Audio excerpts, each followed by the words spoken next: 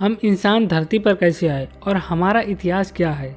क्या वास्तव में हमारे लाखों साल पहले के पूर्वज बंदर थे? अगर बंदर थे तो उनसे हम आधुनिक मनुष्यों का विकास कैसे हुआ? ऐसे कई सवाल जो आपके दिमाग में कभी ना कभी जरूर आए होंगे। यहाँ तक कि आपने इस बात पर धर्मगुरुओं और वैज्ञानिकों में मतभेद भी देखा होगा। उनमें हमेशा इस बात पर बहस होती रही है, क्योंकि विज्ञान और धर्म अपने अपने अनुसार मानव रचना के पीछे अलग अलग मत रखते हैं। और आज इस वीडियो में हम विज्ञान की दृष्टि से मानव की उत्पत्ति के बारे में बात करने वाले हैं।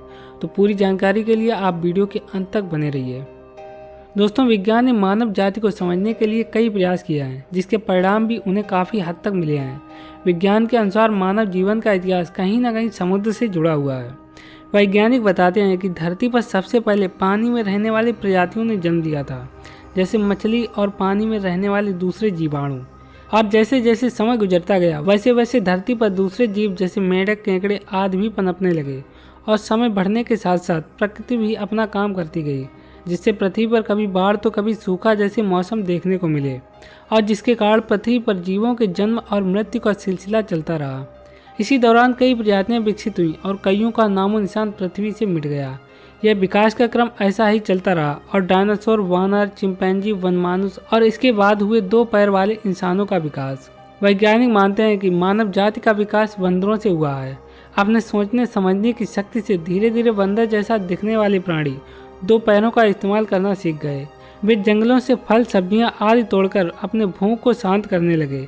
आगे चलकर बंदरों की बुद्धि का विकास होने लगा और ये एक मनुष्य का रूप लेने में सक्षम हो गए और 4 पैरों पर चलना छोड़कर 2 पैरों पर चलने लगे।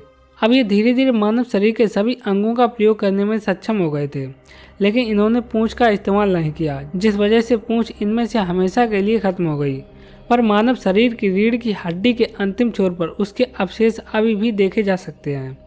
इस प्रकार मानव जाति का विकास होता गया और मानव एक बुद्धिजीवी जीव बन गया, जिसने अपनी लाइफ को सरल बनाने के लिए प्रकृति द्वारा दिए गए उपहारों का भरपूर लाभ उठाया। आदि मानव की तुलना में आज के इंसानों के ढांचे में थोड़े बहुत बदलाव और भी आए हैं, जैसे लंबाई, रंग रूप आदि। लेकिन इंसान जैसा प्राचीन काल में दिखता था वैसा ही आज भी दिखता है। जिस प्रकार पृथ्वी पर एक ही जीव की कई प्रजातियां मिलती हैं, उसी प्रकार मानवों की भी कई प्रजातियां हुई, जैसे होमो इरेक्टस, होमो हैबिलस, होमो निएंडरथल आदि, जो समय के साथ पृथ्वी से विलुप्त हो गईं। अंत में केवल एक प्रजाति जीवित रही, जिसे हम होमो सेपियंस के नाम से जानते हैं, और इसी प्रजाति से हम आधुनिक मनुष्यों का विकास हुआ, जो कि आज पृथ्वी पर सबसे बुद्धिमान और सफल जीव साबित हुए हैं। तो दोस्तों, ये थी हम इंसानों की उत्पत्ति और विकास की कहानी।